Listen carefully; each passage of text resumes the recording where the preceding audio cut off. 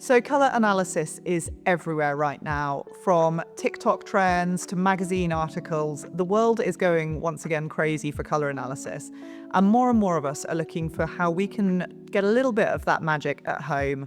So colour analysis is all about finding the best palette of colours for you, the colours that make you look your best, that feel really connected to you.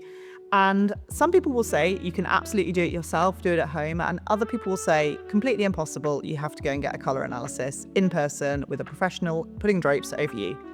Now, the reality for me sits somewhere in the middle. It's really hard to definitively know for definite what your palette is without a professional colour analysis. But there are 4 things, plus a little bonus extra tip I'm going to give you, which can really help you begin to narrow down your season and might even get you all the way there. You might be able to pinpoint your season from just these 4 tips, plus our little bonus extra.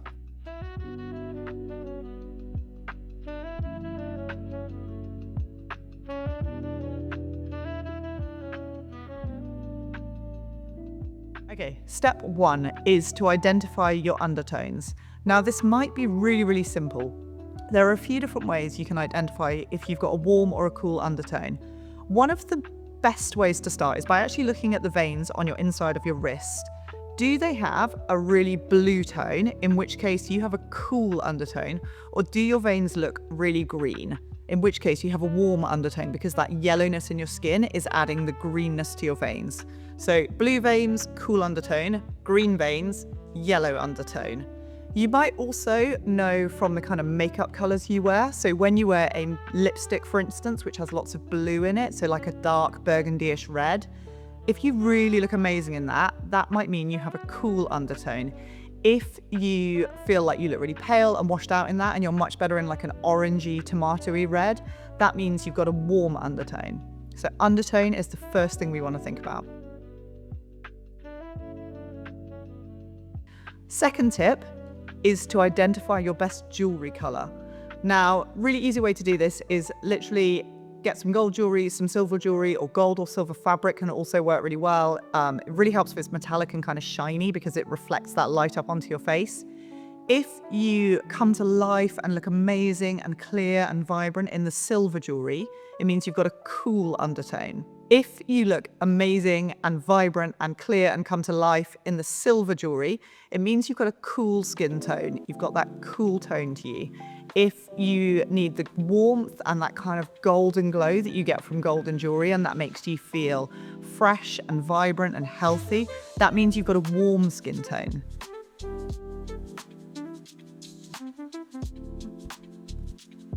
Third tip, hair colour.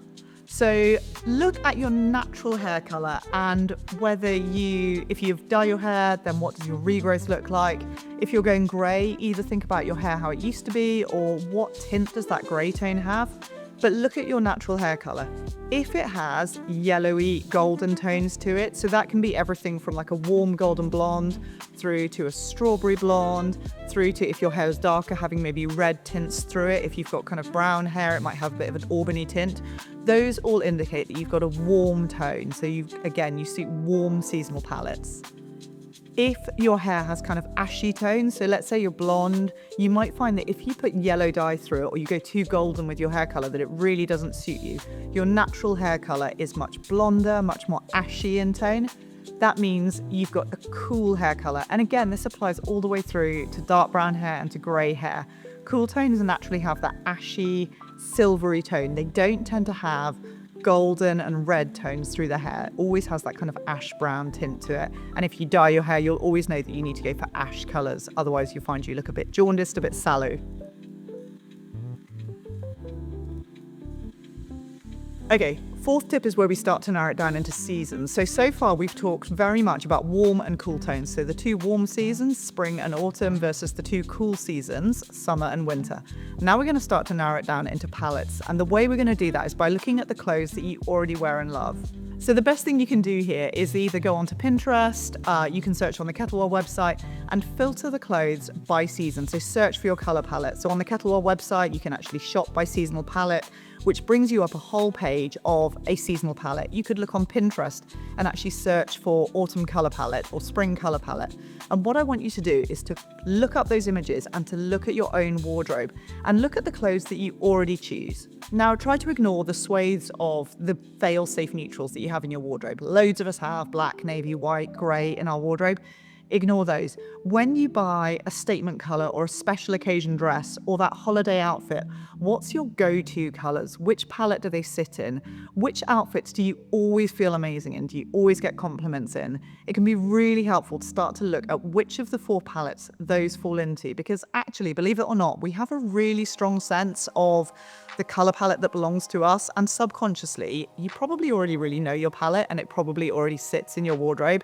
The great news here is that means less decluttering, but it can also really help you find that palette in the first place. So that's the 4 main tips. The bonus extra tip here is to think about contrast level. So hopefully you know your undertone and you know which jewelry color you prefer. That's taking you to warm or cool. And you know which palette of colors you've got in your wardrobe. So that's helped you guide your way to a season. Your hair color has maybe given you that final bit of information. But perhaps you don't quite know, maybe you're going between 2 palettes, maybe you know you're warm, but you're not sure if it's spring or autumn, or you've kind of worked out that you really fall in a bit of a neutral space and you're not quite sure how to figure out the final step. The next best thing you can do is to look at your contrast level. So the easiest way to do that is actually to take a selfie in your phone or to take a photograph in the mirror. And actually use your phone app or use editing software and turn it into a black and white photo. You can actually literally do this in the camera app on your phone. Just take a straightforward black and white photo and use that black and white photo to identify your own contrast level. So if your hair and your eyes and your brows and your lips are quite different colors to your skin tone, so if there's a lot of contrast in there, so it might be that you've got super white teeth and the whites of your eyes are super white, or it might be that your hair is really dark and your skin is really fair, that means you've got high contrast level. So if in that black and white photo there's lots of difference between dark and light, that's high contrast. Now that belongs to the spring and to the winter palette on the whole. If you've got a lower contrast look, so let's say it all feels a bit softer, there's not that much extreme difference between the darkest parts of your photo and the lightest parts, that means you have a lower contrast look. Now that generally sits with the 2 softer palettes, which are the summer and the autumn palette. So if you're stuck between a couple of palettes, that can really help give you that final nudge to know if you are a brighter season, a spring or a winter, or a softer season, a summer or an autumn. So that's it, 4 tips and a bonus one to help you find your color analysis palette. Are you a spring, a summer, an autumn, or a winter? If you're still not quite sure, the next best thing you can do, short of getting a full color analysis, is to do our color analysis quiz, which I've linked in the description down below and can really help get you the rest of the way to your palettes.